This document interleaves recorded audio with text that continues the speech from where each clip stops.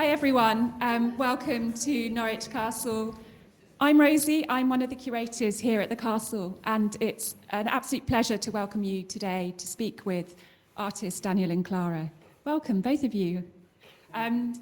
We're really excited to be showing a new series of works which has been commissioned for Norwich Castle by Daniel and Clara, titled The Lost Estate. They're on show downstairs, as you've just seen, for the duration of 2024, so lots of opportunities to come back. A really exciting public programme to be announced shortly as well, so do keep your eyes out for that. I've been passed a yellow post-it of housekeeping, which I will duly go through. So the first thing is we're not expecting a fire alarm. If we do, the exits are where you came in and to the side there. There will be photography. If you're not comfortable being photographed, obviously please just let one of our team know, Helen and Tom, if you can put your hands up down the front.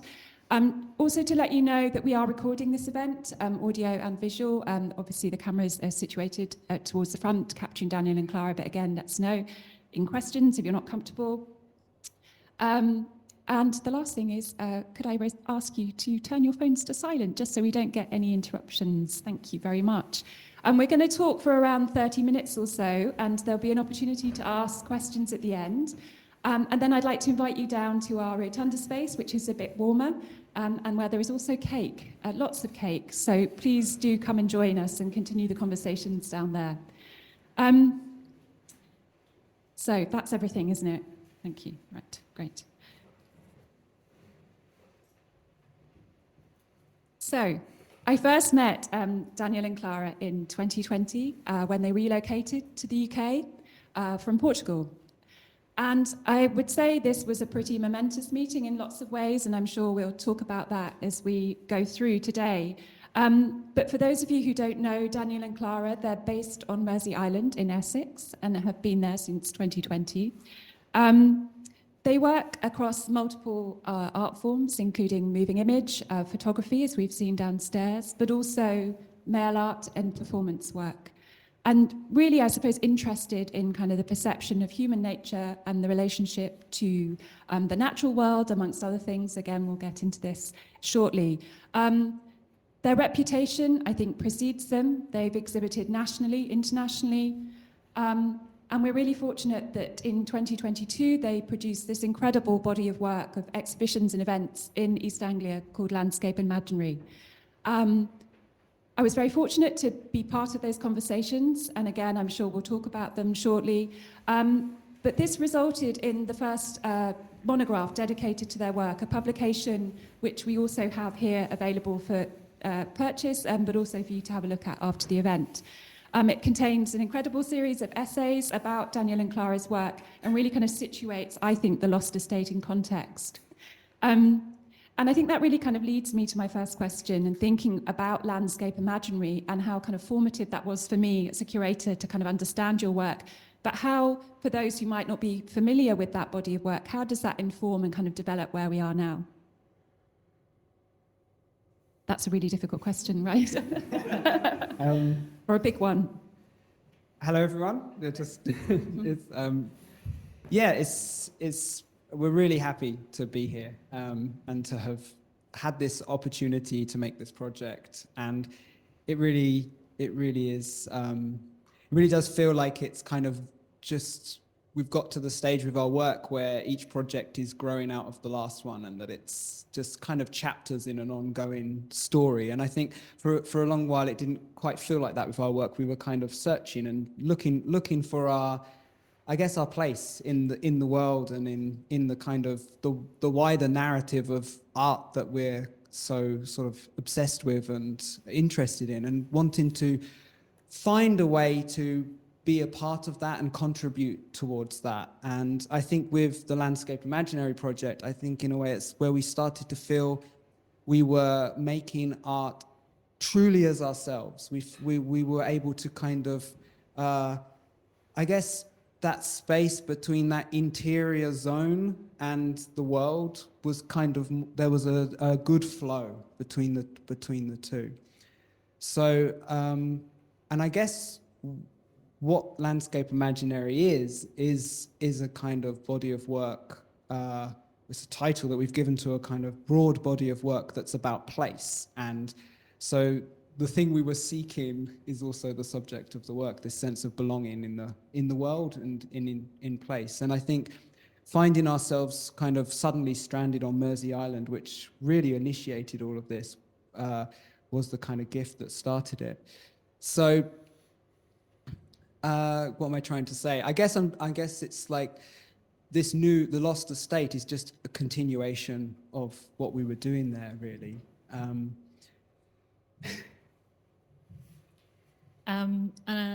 One of the things that we always use to guide us in our work, but also just in our life in general, is it's art. Just not just making art, but the history of art, and looking at art as a record of humans, how humans have navigated this experience of existing, and the realities that we have created over time, the way that we see ourselves, the way that we see the world, and express thoughts and ideas and feelings. And we get a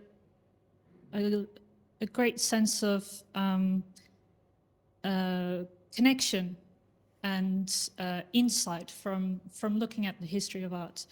And when, at that particular time when we found ourselves on Mersey Island while the lockdowns were happening, while the pandemic, was kind of, just the whole thing was kicking off, it felt like a very momentous thing, something that we hadn't experienced before in our lifetime. It was kind of affecting everyone around the planet. It felt like a very significant moment, and we we think in these terms of very much in the moment, but then also in these vast sort of stretches of time.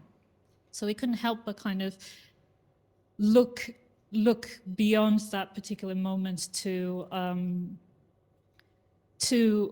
art. And I guess like we were thinking a lot about place where we didn't feel like we knew where we belonged, and the art that was about figures in landscapes started speaking to us. We just became kind of obsessed at looking at landscape paintings that had figures in them, reading books that were about characters sort of stranded in landscapes, these post-apocalyptic narratives as well. All of that was feeding into what we were interested in. And I think, in a way, the Lost Estate kind of also still resonates from all of that, and continues to also engaging with that tradition of figures in landscapes. I mean, I'm just thinking about your, the body of work, landscape imagery, and so into the Lost Estate, that there's a kind of rootedness to those figures. They're actually kind of present in that place, and that, Daniel, as you're describing, that kind of relationship to place feels really important. In terms of the Lost Estate, I mean, clearly there is, it's an imagined place. It's a kind of imagined narrative, and that's how you're describing it.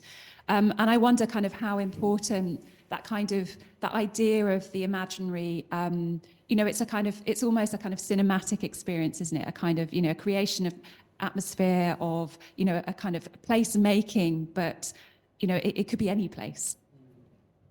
I think we're always inhabiting both a real and an imaginary space.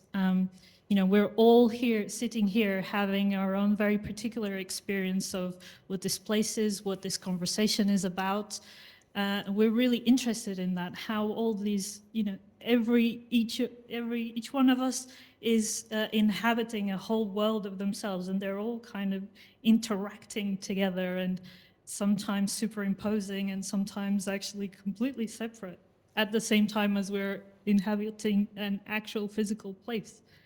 I mean, how important, I'm thinking of your own presence within the work. You often use your own bodies, you are physically there. How can you say a little bit more about that as a kind of approach, and how important that is to the work? So in our early work, we're not present in the work, but at a certain point, we kind of realized we were very self-conscious, and we didn't feel comfortable with how we looked, how our voices sounded when we would hear them recorded, and we had a lot of sort of anxieties and self-consciousness about our image and our sort of physical presence. And so initially we started using ourselves in our work as a way of confronting that, because we just didn't want to feel like that. You know, we're quite introvert and quite shy naturally, and I think putting ourselves in our work was a way of confronting that aspect of ourselves and trying to actually have a self-acceptance. And I think actually through our work, often we're trying to do that. We're trying to both confront things that are difficult for us and kind of push up against our limits of who we are and question who we are, but also we're trying to accept ourselves and accept the world for what it is as well. And it's a kind of process. I guess it's almost like a kind of a therapy in some ways. I think there's definitely a sort of therapeutic, and I'm sure many artists would say this about their work, that there's a therapeutic kind of element to it. But this initial kind of period, which I think we've been working together for over 13 years now, and we only started being present in the work ourselves in about 2018. So before that, we were working a lot with actors and performers and using them. We realized that they were often representing aspects of ourselves in the way that we were using them anyway. But so when we started using ourselves in our work, it was initially just to confront that. But then actually we just felt like it became very interesting to see what that could become. And I suppose, there can be read sort of elements of self-portrait in, but we're also there representing, I guess, to a certain degree, just two humans. Not every human, not all people, but just two humans that are, having these experiences and these relationships with their environment, with nature, with each other.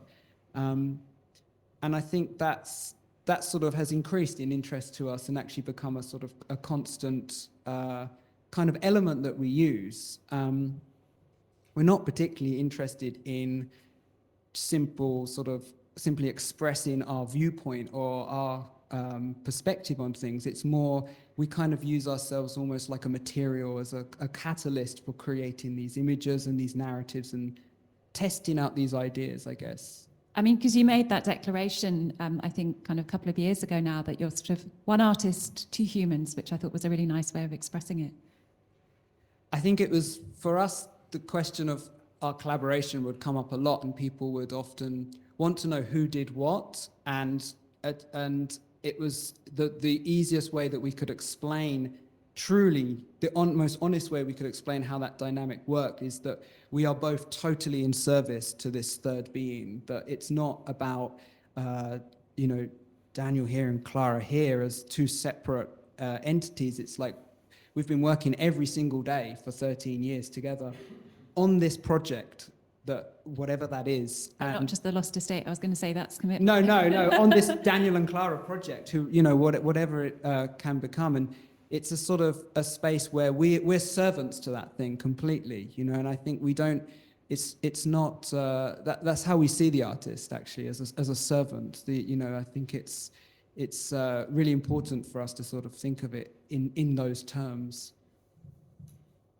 Did you want to say something in response to that, Clara? I don't want to put you on the spot. No, I think no. So I'm just thinking now about the Lost Estate as a kind of body of work. What we're seeing in the gallery downstairs is part of a broader series, isn't it? And so the selection that you see in the galleries is 6 images. But I suppose one of the things that has really struck me about your moving image work also is that you often work in series. That's a really important aspect of your work. How do you anticipate the kind of depth and breadth of that as you embark on these things? Does it happen organically? Is it something that you already have a kind of idea around before the project begins, I suppose? I just wonder, in relation to the Lost Estate, we talked very early on about it being a series. That was very clear, and that was part of that process. But But for example, with landscape imagery and On the Island, you know, that was a series of over 100 moving image shorts. And, you know, presumably you've got projects that are still going. Do you always kind of keep things open? Do you revisit? Or is it, you know, do you know when something's kind of got to its natural endpoint, I suppose, is the very long-winded question. I think I'll talk about working in series. I think maybe it's something that comes because we started by working with moving image, and particularly thinking about, you know, the cinema and feature-length narrative form. As much as it was experimental, we were still kind of thinking about, when we first started working together, what we really wanted to create was these feature-length narratives that are long experiences for the viewer, where you experience things in a sequence. So in a way that sequencing is very much a part of our thinking and how our ideas developed. The way we think that how the audience is going to experience not just a one thing, but something that unfolds over time. And for the first few years that we worked together, that was the form that we were working with, the feature-length film. But as we became interested in moving beyond that and working with still images and started doing performances, there was the way that translated was that an idea could be unfolded over a series of images. And there's something wonderful about that, in that each image can be its own thing, but then its meaning accumulates with people experiencing the series in itself. And I think also it was sort of around the same time where we started being present in the work ourselves. And so for us, experiencing things over a duration of time was also connected with this idea of how the audience would be experiencing something that unfolds across several images or across time too. And this idea of repetition and revisiting, these were all motifs that it made sense for us to use, both in the creation of the work and how the work actually manifests as an experience for the viewer. I suppose No. that idea of kind of repetition and motifs, I'm thinking back to your comments about art historical references, for example, you know, that it gives you that ability to kind of continually look back as well as forward, and to think about how that can change, and you can revisit and you know, alter that your kind of interpretation in some way, or, you know, the work moves forward as a result of moving backwards. I think there was a thought that I forgot to say about this itself, is the act of repetition itself is in a way something that creates a meaning, that if you did something just once, the meaning wouldn't be there in the same way. And also because when you experience something continuously, you start to create a ritual. I think now that we've done it over so many projects, there's almost like a readiness, I think, in us humans, in the way that we are, that the repetition initiates a kind of engagement that if you don't have repetition, it's not there. And that is a very fruitful thing for us, especially in generating ideas or generating the work. The way to unlock the creative process is often to say, let's do this 100 times, or let's do as many variations of this one thing as we can, and let all of that come uncensored. And then we can, once it's all out, then we can kind of look back and see what it's there, what has come, and make a selection in a more critical way. But it's important to create that space where we allow the meanings to just emerge without deciding what they are at the beginning. In relation to the lost estate, you know, I'm kind of digesting, Clara, what you're describing with repetition. And there was a kind of structural process, wasn't there, that was kind of integral to the work. And I'm just thinking particularly about when the photographs were taken, the kind of and how that is visible actually in the final photographs. Do you want to say a little bit about that? So we were in a residency for 1 month, and the photos were created at sunrise and sunset. So we throughout that whole month, we were up every morning before the sunrise, setting up the shots and attempting these photographs, and then the same thing at the end of the day as the sun was going down. So, and you know, this was through the whole month, and it took actually that right up to the end for us to get all of the shots that we want. There's actually 12 photos in the whole series, and I guess it was a process of attuning ourselves to our environment, which takes time, and we were very lucky to be able to be immersed in this beautiful place for this period of time, which I think the work that we envisioned and that we've made, I don't think could have happened unless we'd have had that opportunity. And I think it's absolutely integral to the work that we had that.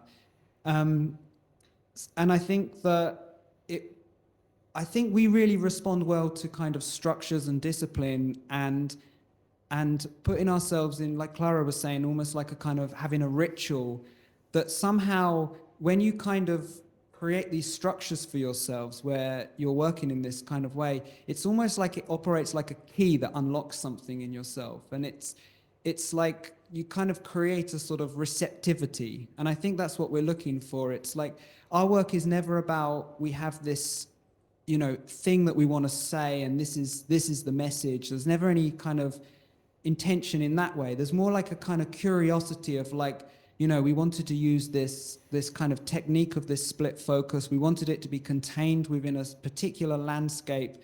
And, you know, so we had these kind of like things in place that we knew, but we didn't know what the outcome of that would be. It's like a question. What would happen if we did this and put these things together? And I think it's important for us, like we have these structures, these fixed things that are often technical as well, you know, like using a particular camera lens. But then you kind of go in and having that structure kind of allows you that freedom to let the intuition just go and you follow it. Whereas I feel like if you were kind of almost, if we were just able to do anything, it's almost like the possibilities are so endless that actually it's the opposite of freedom. It's actually, we almost need discipline to kind of be able to have freedom. I mean, that's interesting in relation to the title of the series. You know, this idea of an estate, of an enclosed section of land, something that has boundaries, borders, you know, very kind of demarcated perimeters. And, you know, you're discussing these kind of ideas of around freedom and kind of, you know, ritual, but actually it's, in this particular body of work, it's very contained, isn't it? Deliberately so. Yes, and I think you know the work was this particular work is considering the way that humans relate to nature, and I think what you're saying is really relevant to that question of, I think, you know, over the history of our existence, humans have had to navigate how we exist within the natural world, within the contingencies of the natural world, and the, you know, with the kind of difficulties. I think we're living at a moment now where we are very, you know, we're very sheltered from most of the things that as creatures we've had to contend with. You know, the colds, the heat, the lack of food, all of these things that over time, like the whole of human civilization has been created in order to deal with that contingency of the natural world, and the estate is one of the forms that has taken. And humans do that out of a necessity, And I think that we're living in this particular moment where we've constructed things to such a degree that we almost forget that we were doing why we were doing this. You know, that we did have to kind of protect ourselves, but also at a point where we're contemplating that what we've created isn't sustainable. How do we move forward? And also that we might lose what we have, and then that stirs up lots of emotions and feelings that I think are worth looking into. That, and not just the anxiety of everything that will disappear, but the anxiety of us disappearing as well. Yeah, I mean, because you've described, for example, the climate crisis, the climate emergency as a kind of also a psychological one. Those are the kind of terms in which, you know, you understand it, but also how it manifests itself in your work. Yes, exactly, and that's precisely what I'm saying. I think in a way it means that we have to consider the whole reality that we have created has to change, and that means that something about how we see ourselves has to change, and that creates a psychological crisis. How do we change? What parts of ourselves have to change? And I think you know, when you try to just look at one thing specifically, you realize that you can't untangle it for anything else. So we can't just say, oh yes, we're now going to change how we treat the environment. That might lead, if we follow that thread, that might lead us changing something about the way that we relate to each other, the way that you know, things that we might not expect are related to that. And that creates a crisis because often humans don't want to change, or they don't want to change parts of themselves that they think are absolutely right. I'm aware that, you know, well, I'm aware, and I don't necessarily think this is, you know, obvious or evident in the work, but there is a real attention to the history of that kind of understanding, I suppose, in your kind of broader practice. And we were looking together at the work of, say, artists such as John Crome, one of the Norwich School of artists, and that kind of idea of the kind of the overlooked, the incidental, and actually that attention to the incidental enables that kind of dialogue and that understanding that you're describing, Clara.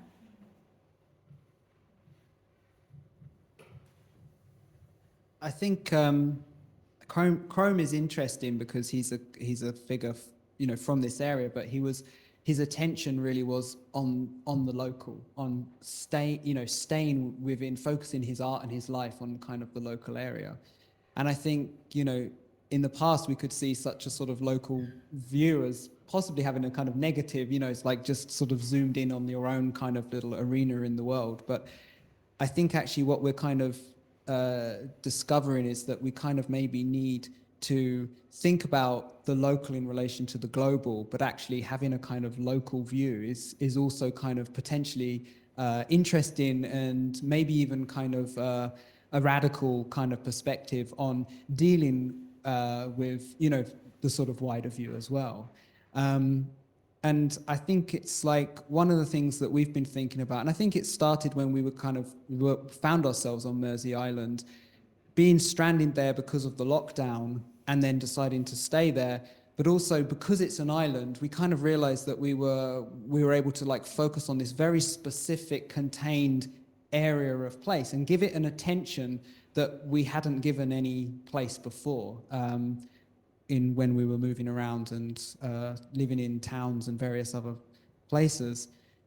And I think there's some sort of psychological shift that happens when you kind of look closely. And I think actually just using Mersey as an example, it's like thinking about the sort of environment there and how it's affected by the, you know, the global things that are happening, like thinking about things like salt marshes and the changes with the tides and these kind of things. I think it helps thinking about these kind of bigger things becomes more, it can help you understand in a more real sense rather than an abstract sense. I think sometimes when we're talking about, you know, climate crisis and all of this stuff, it can be very abstract, and it can just become something that's only thought about as a political issue, you know, which it is. But I think it's got to be brought into the lived experience, because we know that humans don't do anything unless it's somehow relatable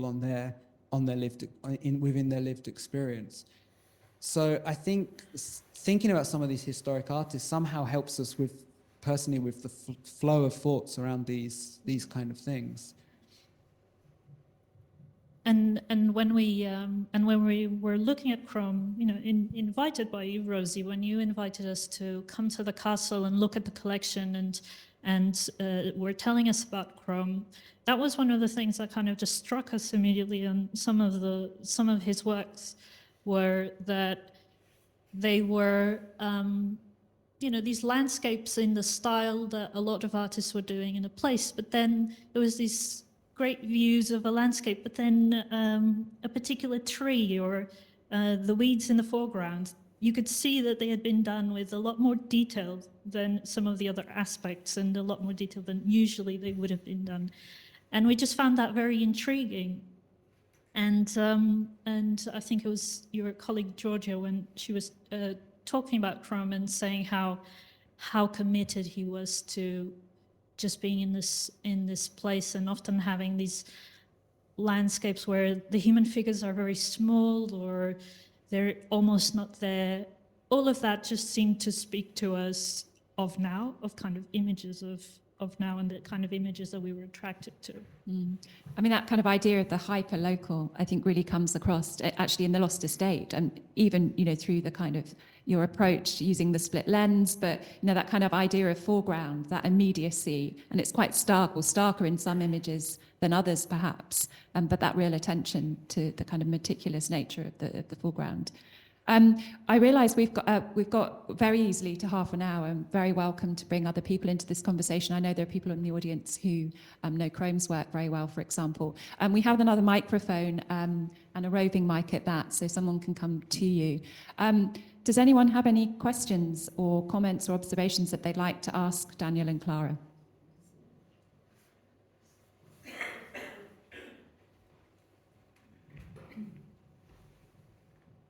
Thank you. Can you hear me? One of the things I found very odd, and maybe you'd like to comment on it, was why you chose to put your figures in sort of urban dress in the context of the garden, which seems just very strange. So I'm just going to repeat the question, if I may, and summarise and shout if I'm not summarising correctly. That you found it odd that the characters are dressed in, did you say something dress? Urban dress. Urban. I didn't hear that word. Okay. In the context of the garden, I just wondered whether you'd like to comment on that, obviously as a very deliberate choice, and why. I think first of all, we kind of thought about, dressing them in a way that is in some ways echoing certain reference points that are interesting to us, bodies and worlds we wanted to inhabit, narratives we wanted to inhabit. There's a Marguerite Duras film called India Song, which we're obsessed with. I don't know if anyone's seen any Marguerite Duras films, French film, and it's an incredible film, and it's sort of in this big huge mansion, and there's these characters that sort of wandering around in these kind of dresses, and it's sort of like just has this atmosphere to it, and I think one of the things is we wanted these kind of characters that sort of are slightly from another time, slightly from a sort of previous era, and it's a kind of ambiguous other time. It's not sort of like we're in kind of costumes of a specific era, but I think it's an era, probably early 20th century, when people more frequently wore dresses and ties in such a way. And I think we just had this idea of like having them slightly at odds with their environment as well. They're not completely in harmony. They're not dressed in sort of, big boots and sort of raincoats and, ready to kind of be totally in harmony with this. They're slightly at odds with it. And I think that was sort of the tension and the atmosphere that we were interested in kind of connecting to. And, we purposely didn't want them to have shoes on. And, part of that was for our own ritual experience of just having our feet connecting to the ground and experiencing that place, but also just to continue that kind of slightly at odds with the environment, which I think generally we all are actually. And I think it's also just sort of intuitive atmospheres, that are created by those tensions, the use of the color, and just kind of, I think also thinking about the idea of estates and what an estate is, being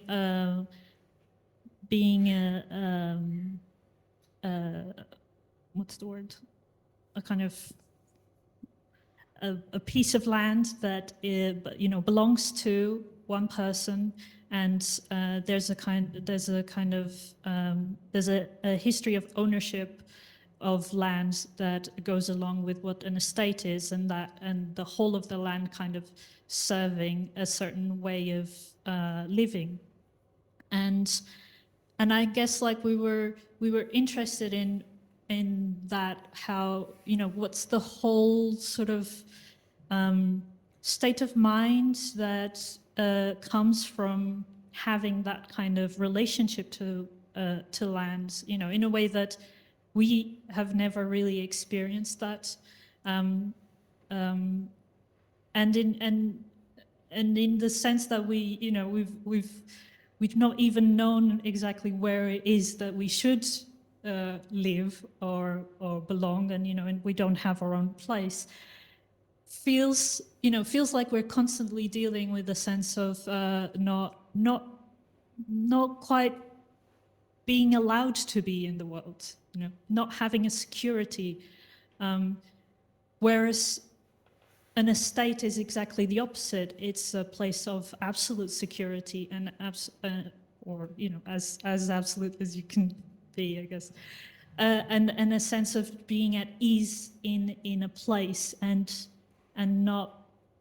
I guess like these characters, to having that sense of ease and connection to a place. It was important to say that they're not there necessarily working the land. They are the ones who are at ease with this place, and this place is there for them.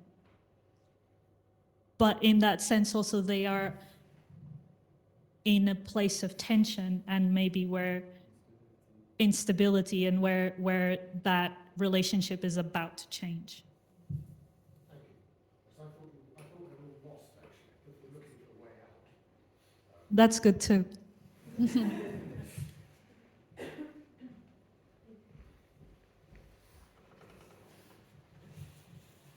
Thank you very much, and I apologise, I got here a bit too late to see the work downstairs, so I'm experiencing it through your words and through what we're seeing on the screen. And I guess I was about to say something about what you've just said, that I get the sense here of a profound unease, and I read it as the lost estate in many senses, the lost estate of being, as well as a lost estate in terms of the place. But that the fact that you're, in this picture, for instance, you can't see you've got bare feet, but you're sunk into the ground. And yet you seem to be ill at ease with that place completely, and ill at ease with each other as well. And yet you've used devices like the color of your dress that echoes perfectly the blooming of the artichokes and things like that. And here you're echoing the dragonfly in the water. So there are elements of where you kind of know, but also you're absolutely not there and out of it, and not even with each other. So that there are many different levels of unease I read in that. Thank you.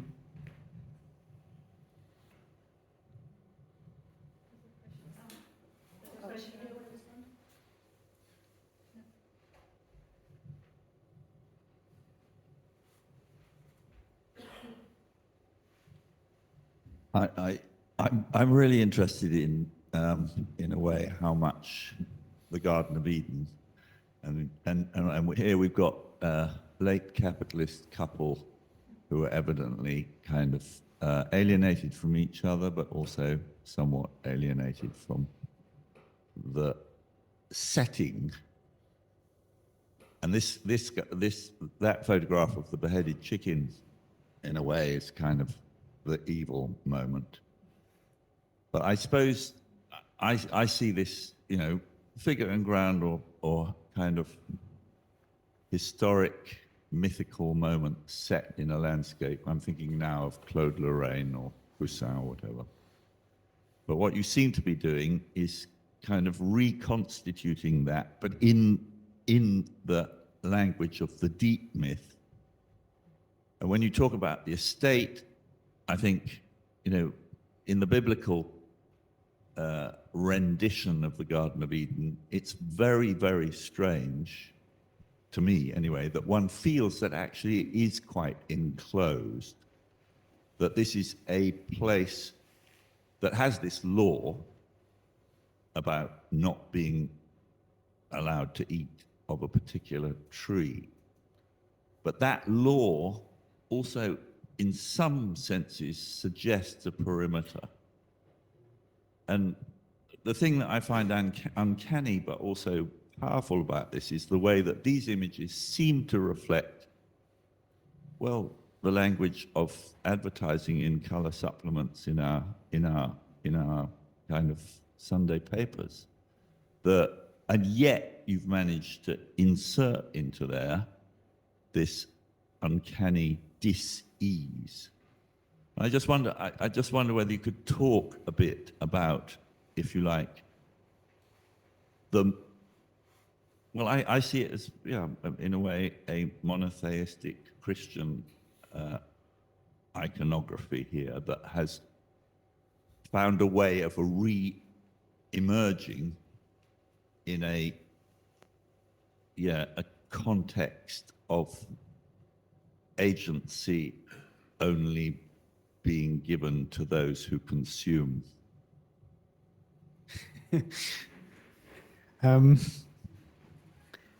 We're really interested in origin myths and mythology broadly, and the Adam and Eve story is whether we're any of us are Christians, we're not Christians, and whether anyone's Christians or not, it's sort of informed our society and that we're living in. It's, we're living in a society that's grown from a Christian society. It's shaped, much of our language and our way of being in the world. And I think we're quite interested in that story of Adam and Eve, and not so much what it is morally, what it's trying to tell us morally.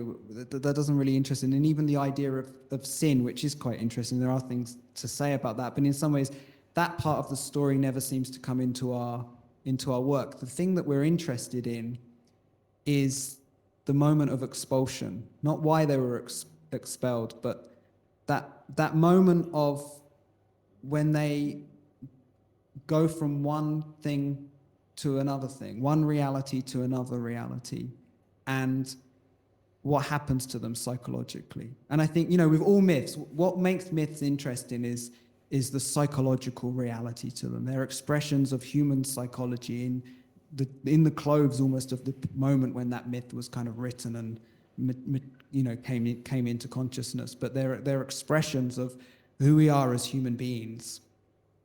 And they do have moral baggage, but they can also change and gain, new sort of readings at different points. And I think we find quite a lot of psychological truth in the Adam and Eve narrative. And I think it's to do with the experience of crisis and realization of the impact of one's actions. And, there's paintings of the expulsion. What's so interesting is these moments that are depicted when it just dawns on them that their actions have changed their reality. And there's such a sort of deep psychological kind of truth in that we kind of respond to. And I think, you know, we kind of find ourselves just keep coming back to this story in different ways. And I think it's partly because of our own psychological knots and conditions, you know, and the things that kind of we're grappling with. You know, we feel very much adrift in the world. You know, we often don't feel like we quite know where our place is physically, like where we should be living, but also just kind of like how we fit into this world that doesn't quite make sense to us. And I think this is, you know, I'm sure something a lot of people are experiencing, but I think our work is a way of attempting to find those roots, but also kind of express those psychological ruptures and things that we're experiencing. And I guess it's like the garden, you know, for us is a kind of, it's a sort of psychological center.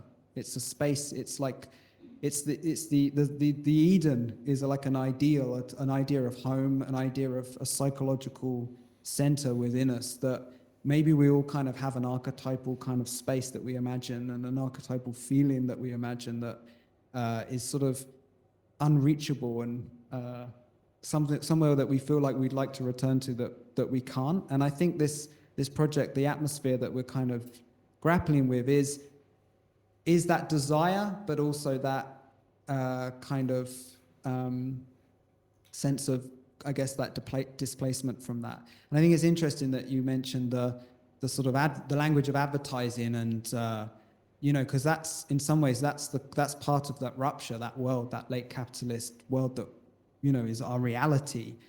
It's a language that's absolutely infiltrated all of us. And, you know, that visual language is sort of almost inescapable. It's like how we read images now, how we're, you know, how many images we encounter constantly every day. And yeah, I mean, what would happen if we took these images, you know, 1,000 years ago and showed them to someone? What would they experience? I mean, that's kind of like a totally different thing. And yeah, they are very much of this moment, I think, and not through choice, just through our, I guess, our reality. I think that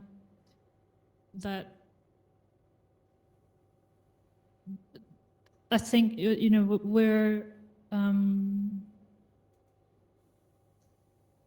there's something in the language of myth which is a sort, almost, I kind of see it as almost a sort of visual rhythm that is stronger than the interpretations that we might have of those images over time. And I think that's one of the reasons why we are interested in those languages, in those almost skeletal stories that we have come back to. And you know, and it's interesting, like the Adam and Eve story is not specific to the Christian mythology or even the Judeo-Christian. It's a kind of, there's many different versions of that same sort of story across the world. So there is something there that is just somehow inherent in what it is to be human, in the same way that we all have skeletons, we all have skeletal narratives, or, as you know, archetypes, they're called in psychology. And it's useful for us to go back to those, to be able to speak of now, and maybe confront, what do we think of these things now? You know, what new interpretations or new things can they reveal now that are free from moral interpretations or moral imperatives that might have been attached to them previously? There was a question, thank you both. There was a question at the front there, the gentleman there. Oh, yeah, so I'm interested in the mechanics. So do you write a script then before you start shooting? I mean, what is the narrative of each of the pieces that you, because you must go back and forth over, you know, how you actually, okay, this is the final image, how did you get there? There's no script. There's no script. No. And also, actually, I should make clear, we're certainly not trying to illustrate any story or specific Adam and Eve story. These are sort of thoughts in the background. You know, these are things that are kind of informing, I guess, a kind of us at a sort of research stage. But then, in some ways, the images are very much intuitively responding to each kind of moment and environment. So, you know, we would kind of, you know, in the afternoons while we were in residence, we would find places and we would look at different areas that we thought would be interesting for taking the photographs. But then the next morning we would, you know, arrive with our camera and our lights and our equipment and set up and try out a few different things. It's very sort of much an experiment and exploration and responding to how we were feeling in that moment or what we were, you know, what we were thinking about. And they were all having to be taken in quite a short window of time in that sort of moment when the sun's just coming up. I think we had maybe 20 minutes to take the photographs. And often, so we'd often get there, you know, while it was still dark and set everything up and then wait for the light. And then it would just be very quick. And, you know, we were there for a month and we took photos every morning and every afternoon, but we only have 12 photos in the series that worked, that we wanted. And sometimes we would go, one wouldn't work, and we'd go back the next morning and we would try it again. And so yeah, it's very responsive to where we were and what we were seeing. But there'd be like little things you'd carry, and sometimes we'd sort of see a posture or something in a painting that we'd think, that's posture. What would it feel like to embody that posture? We were looking at in the library at the Residency, they had lots of books, so it was really fantastic to kind of have those to kind of flick through. And they had a book on Stanley Spencer, who's an artist who we really adore. And we were just kind of like thinking about all of the postures that figures have in his paintings, which are very strange, and we wanted to just sort of experience embodying some of them. What does it feel like to stand like that? And what's it going to do to us, and what's it going to do to the scene? And so we would see something like that and we'd say, let's try that out and see what it activates. And then when it works because some intuitive feeling of like it just clicks, you know. And then later we might kind of, you know, a lot of this analysis that we kind of have over the image comes afterwards. Once they're done, we kind of look and think, what have we created? It's like I said earlier, it's like we make art sort of with this curiosity of questions of like, what would happen? What can be discovered? These thoughts are all buzzing around and they kind of answer back from the work. So, yeah. Thank you. Did you want to say something, Clara? I was just going to say that another thing that we had kind of, I guess, never really a script, but just another element was these titles that we had. Each of the picture has a title, and those were lifted out of looking at Virginia Woolf's To the Lighthouse, and which is a book that we love and that we felt kind of something in it, something about portraying that kind of reflection on loss of a certain way of living or a certain experience of security that exists in that book, seemed to be something that we could use to connect to that feeling. So we turned to that book and we were just flicking through and lifting phrases that we felt were the right atmosphere. So I think one of the first ones was the edge of the lawn. And we could use that not to illustrate a scene, but almost so we could access a certain atmosphere that we knew was the right mood. And we had phrases like that were in our minds as we were taking the pictures. And as the pictures were emerging, then we would see which phrase maybe would be most interesting next to each image. Thank you very much. Thank you also for the questions. It's definitely time to warm up downstairs. But I wanted just to obviously say thank you both for joining us. And yeah, it's been an absolute pleasure speaking with you today. I also wanted to say thank you to the East Anglia Art Fund for supporting the exhibition. As always, we're very grateful for your support. And if you join me in acknowledging thanks to Daniel and Clara.